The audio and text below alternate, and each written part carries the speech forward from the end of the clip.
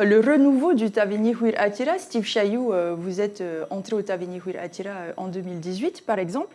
Aujourd'hui, face à ces discours, comment est-ce que vous allez tenter de changer cette mentalité qui existe en Polynésie depuis 30 ans, il faut le constater?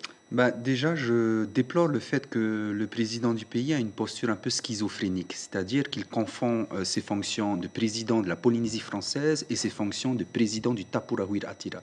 Ce que nous avons assisté là, c'est un discours du président d'un parti politique. Or, c'est ça aussi, c'est ça qu'il n'a pas compris justement au travers des résultats qui sont sortis, c'est que notre peuple, tout simplement, on en a assez justement de ces vieilles méthodes, de ces vieux discours où à chaque fois on nous ressort les mêmes arguments, le même épouvantail, les mêmes exemples.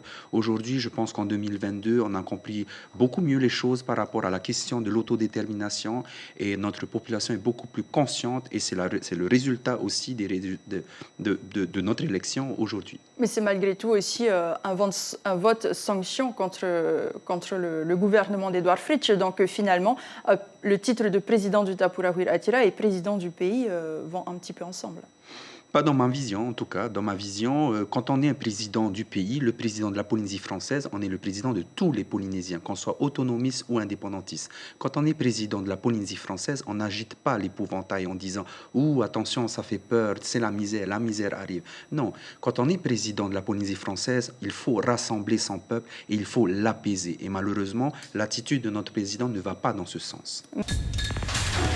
L'information en continu sur Polynésie la première, Internet et réseaux sociaux.